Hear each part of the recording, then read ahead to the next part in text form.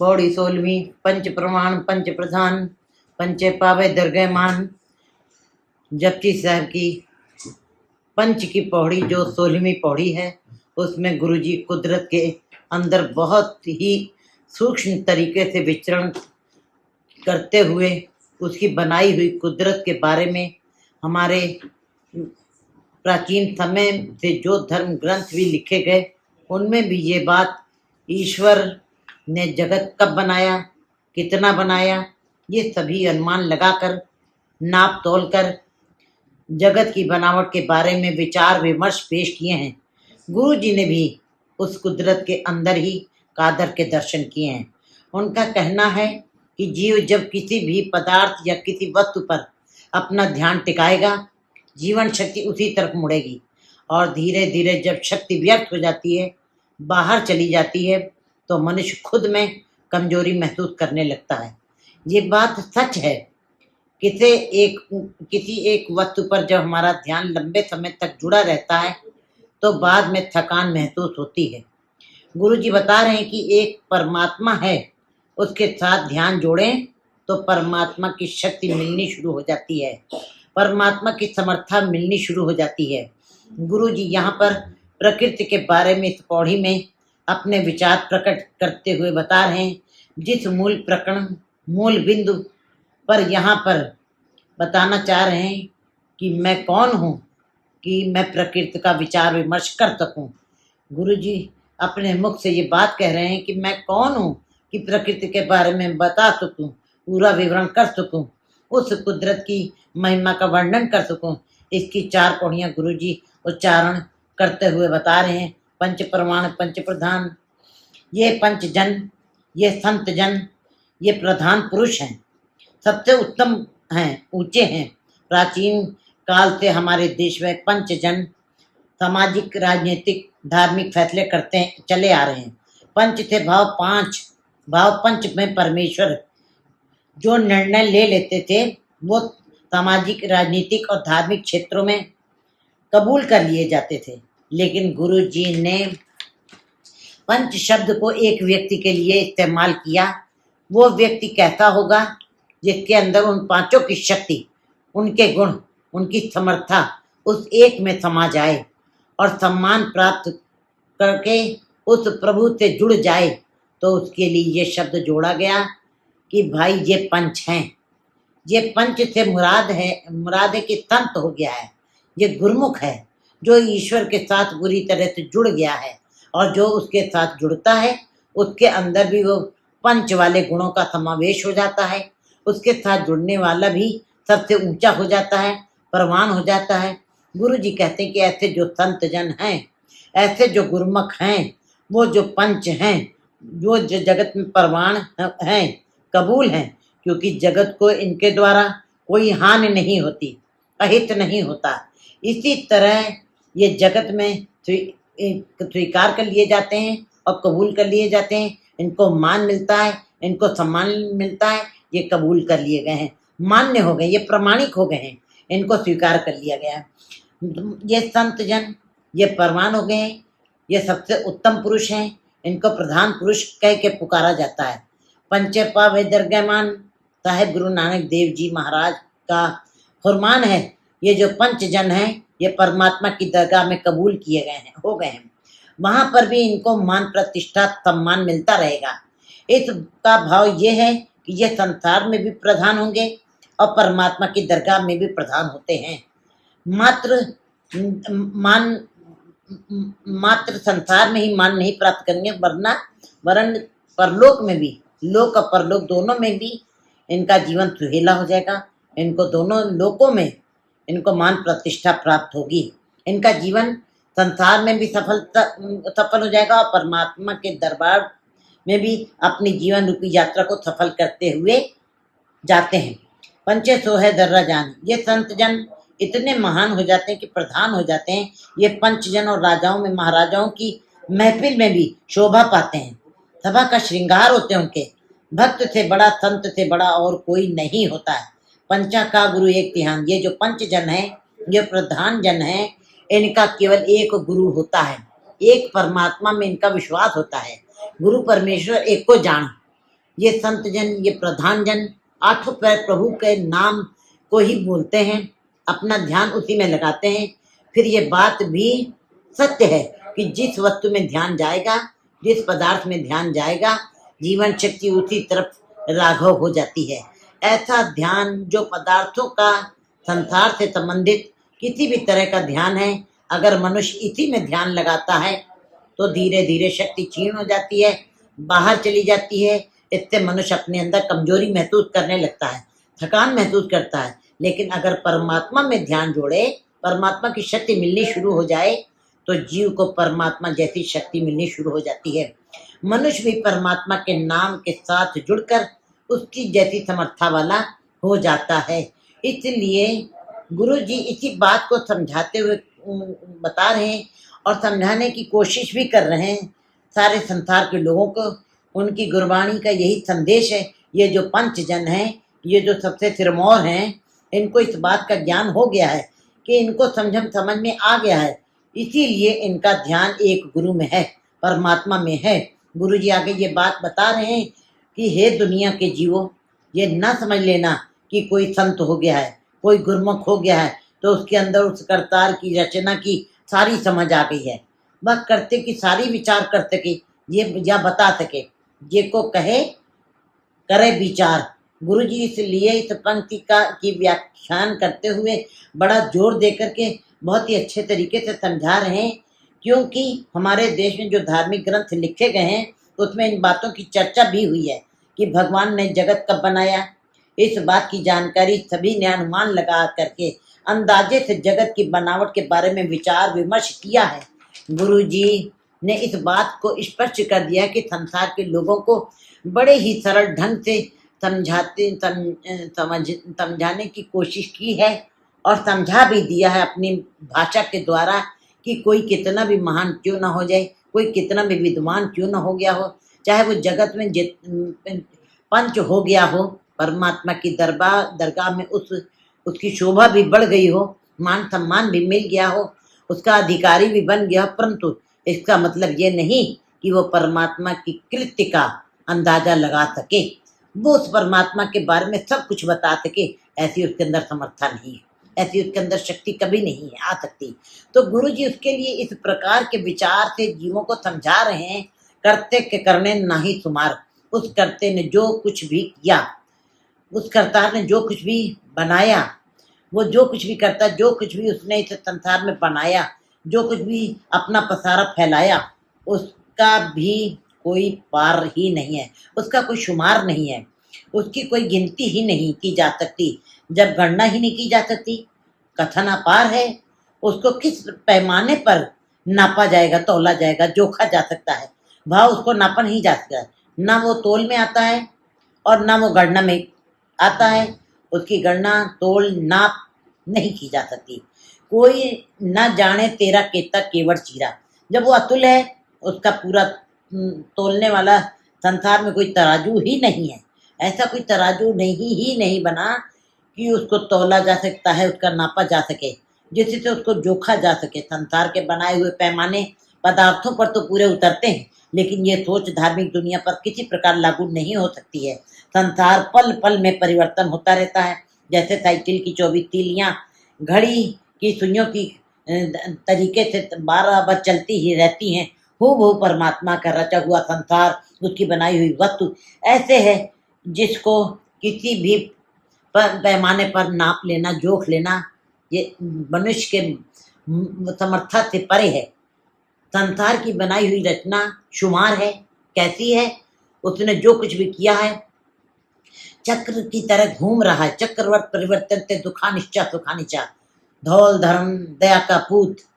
धौला बैल कोई सफेद बैल नहीं है, धर्म भी बिल्कुल सफेद है, निर्मल है, स्वच्छ है। इसलिए गुरु जी उस धौले बैल के शब्द में जो रमज और रहस्य छुपी हुई है, जिसको अंदर से कोई जान सके, सबके अंदर इस बात की समर्था नहीं है समझने की, इसके ज्ञान हो जाने की सबके अंदर इतनी ताकत नहीं, इतनी शक्ति नहीं, इतनी समझ नहीं है। जब बात गहरी है तो उसका अर्थ भी बड़ा गहरा और ऊंचा होगा। तो गुरु जी जैसे दार्शनिक फिलासफर ही इस धौले बैल के रमज को खोलते हैं और बता रहे हैं कि धौला बैल एक प्रभु की बनाई हुई पवित्र मर्यादा है। धौला बैल एक धर्म है, अटल नियम है। उसी के सहारे भाव धर्म की निर्मलता के कारण ही ये जमीन खड़ी है, आसमान खड़ा है। ग्रह नक्षत्र तारे सूर्य चांद आदि अनंत बनाई हुई नियमावली उसी प्रभु के हुक्म रूपी मर्यादा धौले रूपी धर्म जो बिल्कुल सफेद कागज की तरह है, जिसमें कोई धब्बा नहीं है, दाग नहीं है, निष्कलंक है, उसी पर उस प्रभु की नियमावली टिकी हुई है और इसी को हम सभ्य समाज में धर्म कहते हैं। धौल धर्म दया का पूत प्रभु की दया दृष्टि थे, उसकी कोमलता थे, क्योंकि दया के बिना कोमलता पैदा नहीं हो सकती है। जब मनुष्य के अंदर मर्यादा हुक्म मानने की अंदर उसके अंदर कसक पैदा हो जाती है, वो परमात्मा के बनाए हुए हुक्म उसके भाने उसकी मर्जी को उसकी रजा को मानने के लिए अंदर से अपने राजी हो जाता है, तो वो प्रभु के हुक्म के को भार समझ के नहीं अपनाता बल्कि कर्तव्य समझ के पालन करता है।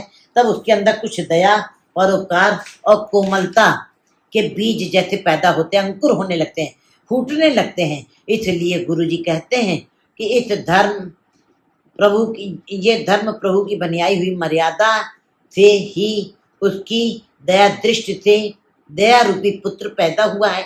गुरु जी धर्म के दो मूल गुणों को बता रहे हैं जिसके सहारे ये धर्म चलता है।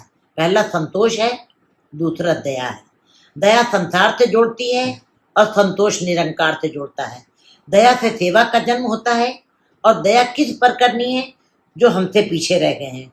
राजनीति में, धर्म में, अर्थ के क्षेत्र में या जीवन के किसी क्षेत्र में भी जो पीछे रह गए हैं उन पर हमें दया करनी है।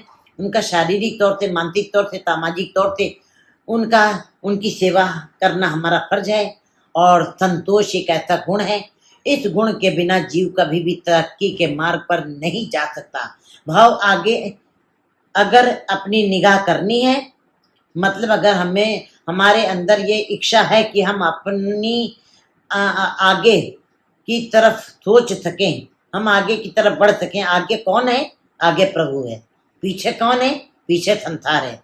आगे प्रभु, उसका चिंतन मनन सिमरन करना है तो संतोष वाला गुण मनुष्य के अंदर होना बड़ा आवश्यक है। उसको देखने के लिए संतोष चाहिए और संतोष के बिना सिमरन का जन्म नहीं हो सकता है। सेवा से संसार संवरता है, सिमरन से मनुष्य कुछ संवरता है और निरंकार से जुड़ता भी है। सजता है, संवरता है, निरंकार से जुड़ता है। संतोष छाप रखा जिन सूत, जो भी उस परमात्मा ने इस संसार में बनाया है वो हर वस्तु अपने में पूर्ण है, पूरी है और पूरी तरह संतुष्ट है। उस परमात्मा ने सारी सृष्टि के जीव जंतुओं को जो बनाया है, सजाया है, संवारा है, जो सामग्री उनके लिए बनाई है वो सारे जीव उसके अंदर संतुष्ट हैं। जैसे सुअर जो है मैले ही खाता है, मैले में ही रहता है, वो मैले में ही संतुष्ट है। इसी प्रकार 84 लाख दुनिया सांप जो है मिट्टी खाता है, मिट्टी में रहता है, वो मिट्टी में ही संतुष्ट है। बंदर को कोई नहीं देता, बंदर छीन झपट के भी खाता है, वो उसी में संतुष्ट है। एक मनुष्य है जो मनुष्य ईश्वर की बनाई हुई मर्यादा में संतुष्ट नहीं रहता, उसको हुक्म की पालना करने में आनाकानी करता है। तो गुरु जी बता रहे हैं कि सारे जीव संतुष्ट हैं। सुअर शेर नहीं बनना चाहता, शेर सुअर नहीं बनना चाहता है और मोर हंस नहीं बनना चाहता, जो हंस है वो बंदर नहीं बनना चाहता। इसका मतलब यह है कि जो कुछ भी प्रभु ने बनाया वो स्वयं में सारे जीव जंतु सब संतुष्ट है। ऐसा न होता तो ये संसार नरक बन जाता, एक क्षण के लिए भी जीना कठिन हो जाता। जो जहाँ टिका है, जिस भी वातावरण में रह रहा है, पशुओं का काम अपने आप करना है, भोजन की तलाश करनी है। पक्षी आकाश में स्वतंत्र विचरण करते हुए भी कभी भी ये शिकवा नहीं करते कि कभी थकते नहीं हैं। सवेरे ची ची करते हुए खुशी से ही आसमान में उड़ते हैं और शाम को खुशी से ही गीत गाते हुए वृक्षों पर आकर के विश्राम करते हैं, उनको उसी में संतुष्टि है। इसका मतलब यही है कि सभी के अंदर उस परमात्मा ने संतोष वाला गुण डाल दिया है। मूल बात तो मनुष्य के लिए ही कही जा रही है कि मनुष्य भी प्रभु से तभी जुड़ सकेगा जब संतोष का जन्म होगा। कोई भी तृप्त नहीं हो सकेगा जब तक संतोष नहीं होगा। राजा नहीं बन सकेगा। राजा मतलब तृप्त, अपने में जो तृप्त है, जिसको कोई इच्छा नहीं है। राजा मीन्स जो सब तरह से तृप्त है। बिना संतोष नहीं को राजे। संतोष ही जीव को लीनता प्राप्त करवाता है।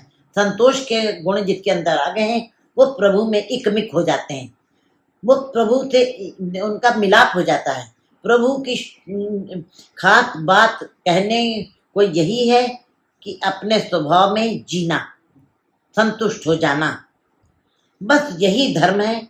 और यही स्वभाव पशु पक्षी जीव कीड़े मकोड़े पर हमें पूर्ण रूप से दिखाई देता है। जे को बुझे हुए सचियार, कोई समझकर दार, कोई ज्ञानी, कोई बुद्धिमान इस तरह से विचार करे और अपने को इतना सत्यशील होने की कोशिश करे और बनाने का प्रयास करे, इतना सत्यशील बनाने का प्रयास भी करे, तब ऐसे जीव को ये बात समझ में आ जाती है कि धरती के ऊपर, धरती धौले बैल के ऊपर नहीं खड़ी, सफेद बैल के ऊपर नहीं खड़ी हुई है, ना धरती को किसी बैल ने उठाया हुआ है। और इस विषय पर वो अपनी अक्ल के बल के पर दलीलें भी नहीं देता है। तो गुरु जी कहते हैं कि उस मनुष्य को इस बात की विचार आ जाती है, धवले ऊपर कितना भार, इस धौले बैल पर कितना वजन है। गुरु जी कहते हैं कि चलो मान लें कि धरती धौले बैल ने उठाई है। पहली बात तो वो इस बात से सहमति नहीं है, लेकिन जब गोष्ठी हो रही है सिद्धों के साथ गुरु जी की, उन्होंने कहा कि धौले बैल ने ही धरती को उठाया हुआ है। अब धौले बैल ने अपने सींग के ऊपर, और जब एक सींग के ऊपर से दूसरे सींग के ऊपर जाती है धरती तो संसार में भूचाल आ जाते हैं। ऐसी गोष्ठी गुरु नानक देव जी के और सिद्धों के बीच में हो रही है। तो गुरु जी कहते हैं कि चलिए मान लिया कि धौले बैल ने ही धरती को उठाया है। गुरु जी आगे इस बात को स्पष्ट करते हैं कि धौला बैल कहाँ खड़ा है, पूछ रहे हैं सिद्धों से। आखिर उसके भी तो 4 पैर हैं बैल के, वो कहाँ टिका हुआ है। अगर कह दिया जाए कि उसके पैर धरती पर टिके हैं तो प्रश्न होता है कि फिर धरती किस पर खड़ी हुई है। अगर इस बात का हम ऐसे ही कल्पित विचारों से चाहे हजारों बार इसी बात को बोलते चले जाएं कि धरती के नीचे बैल है, बैल के पैर 4 पैर धरती पे हैं, धरती के नीचे फिर बैल है, ऐसे करके करते करते हजारों नहीं लाखों बार भी हम कहते चले जाएं तो निष्कर्ष तब तक यही पहुंचना पड़ेगा निष्कर्ष पर कि नीचे कोई ना कोई सहारे की जरूरत जरूर है। कोई सहारे की जरूरत पड़ेगी। बस तभी गुरु जी ने वहां पे इस बात की रमत को खोल दिया है और बता दिया, सारे संसार के जीवों को समझा दिया है कि भ्रम और संदेह भटकना में ना पड़िए। बस उस ईश्वर की बनाई हुई मर्यादा के सहारे ये सब चल रहा है। जमीन आसमान सूर्य चांद सितारे के नीचे भी तो कोई सहारा नहीं है, उसके बनाए हुक्म में ये सब टिका हुआ है। धवले ऊपर कितना भार। अगर कोई धौले बैल पर सत्यवान होने की कोशिश करता है कि धौले बैल ने ही धरती को उठाया है तो बताए कि उस बैल के चारों पैर किसके सहारे खड़े हुए हैं, उस बैल पर कितना भार होगा। धरती ऊपर कितना, धवले ऊपर कितना भार हो जाएगा उस सफेद बैल के ऊपर। बता रहे गुरु जी धवले ऊपर के धरती होर भरे होर। कहते हैं एक धरती थोड़ी ही है कहीं संसार में, अनंत धरतियां हैं। मान लेते हैं कि इस धरती जिसके ऊपर हम रह रहे हैं इसके नीचे मान लीजिए धौला बैल है, तो अनेकों अनंत धरतियों के नीचे भी तो कोई होगा जिसकी कोई संख्या ही नहीं। संसार अनंत धरतियां हैं, उन धरतियों के नीचे भी तो कोई बैल होना चाहिए। तो प्रश्न उठता है कि बाकी धरतियां किस धौले बैल के सहारे टिकी हैं, तो अन्य धरतियां किसको के नीचे कौन है। अंततः ग्रह नक्षत्र सब धरतियां, इनके नीचे कौन है, गुरु जी यही बता रहे हैं। तब गुरु जी यहाँ पर उस बात पर मनुष्य के विचार करनी चाहिए, मनुष्यों को विचार करनी चाहिए कि जो सत्यवान बन के ये कहने की कोशिश कर रहे हैं, अपने अक्ल के घोड़े दौड़ाते हैं, धरती के उनको धौले बैल ने टिका रखा है, उसके आगे चिंतन करना पड़ेगा और गहरे विचार करनी पड़ेगी कि बाकी सारी धरतियों के नीचे के कौन सा सहारा किसने उठाया हुआ है, किसके सहारे वो धरतियां टिकी हुई हैं, क्योंकि अनंत धरतियां हैं। धरतियां नीचे नीचे धरती है, धरती के नीचे धरती है, धरती के ऊपर धरती है, तिससे पहाड़ तले कौन जोर। गुरु जी वाणी में इस रमद भरी बात को इस तरह खोल रहे हैं। उन्होंने धरतियों के नीचे कौन खड़ा है, किसने अपने तान से, अपने जोर से, अपनी हस्ती से, अपनी शक्ति से, जोर से ये भार उठाया हुआ है, कौन है वो? ये तो उस परमात्मा की बनाई हुई मर्यादा है, लीला है। फिर मेरे पातशाह कुदरत का विचार इस तरह करते हैं, जी जात रंगा के नाम अनंत जीव जंतु उस परमात्मा ने बनाए हैं, उनके रंग अलग अलग, जातियां अलग अलग, नाम अलग अलग हैं, सब ना लिखा बुढ़ी कलाम। इन सभी जीवों का लेख स्वभाव उस पर परमात्मा ने कौन सी अगम्य कलम से लिख दिए हैं, स्वभाव लिख दिए हैं, रंग रूप बना दिया है, विचार लिख दिए हैं। उस प्रभु ने कौन सी अद्वितीय कलम से सभी के मस्तक पर लेख स्वभाव को लिख दिया है। कोई जीव कितनी भी कोशिश कर ले, ये अपने जीने के, खाने के, पीने के, उठने बैठने रहने के ढंग को नहीं बदल सकता है। बता रहे हैं गुरु जी, जीने का तरीका, संसार में जीने का तरीका किसी के साथ मेल नहीं खाता। गाय घोड़े जैसी नहीं खाती है, शेर के जीने का तरीका नहीं बदला जा सकता है।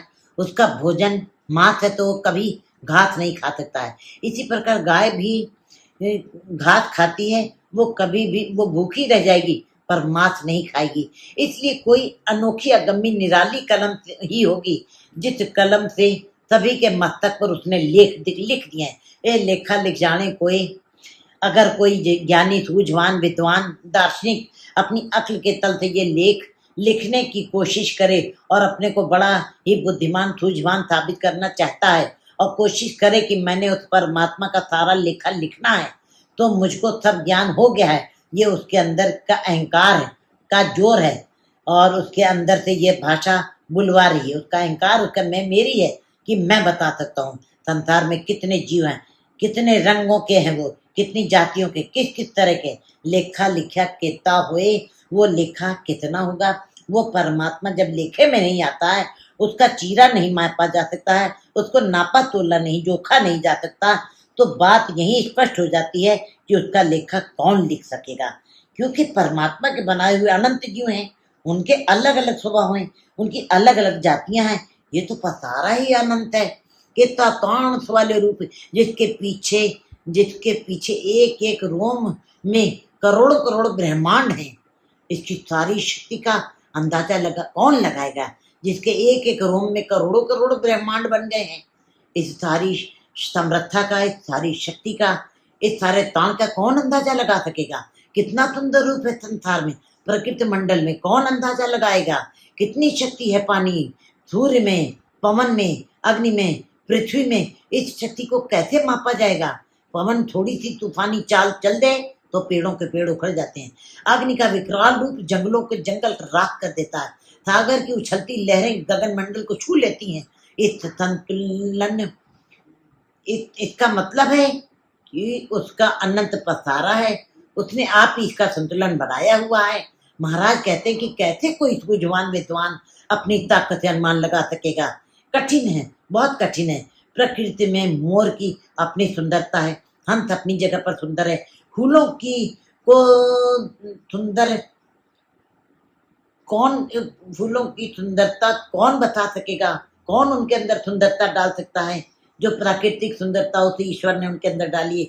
सूर्य तारों की सुंदरता, मनुष्य की सुंदरता, पशु पक्षियों की सुंदरता, वनस्पति कितनी मोहक है, मतलब की सुंदरता कितनी है, ये कथन से परे है। उसके सुंदर स्वरूप का अंदाजा लगाना कठिन है, कठिन है, कौन लगाएगा अंदाजा। कितने दात जाने कौन कूत, किसी के पास कौन सी समर्था है, कौन सी कुवत है, कितनी ताकत है, कौन अंदाजा लगाएगा। कितना उसने दात दी हुई है, कितना भंडारा दिया है इस धरती पर, क्या उसने क्या क्या नहीं दिया है, क्या कौन सी दात दे दी है जो कभी थोड़ कम होती नहीं, दात ऐसी दी है जो कभी खत्म ही नहीं होती है। एक ही बार में जो पसारा कर दिया, जो अनंत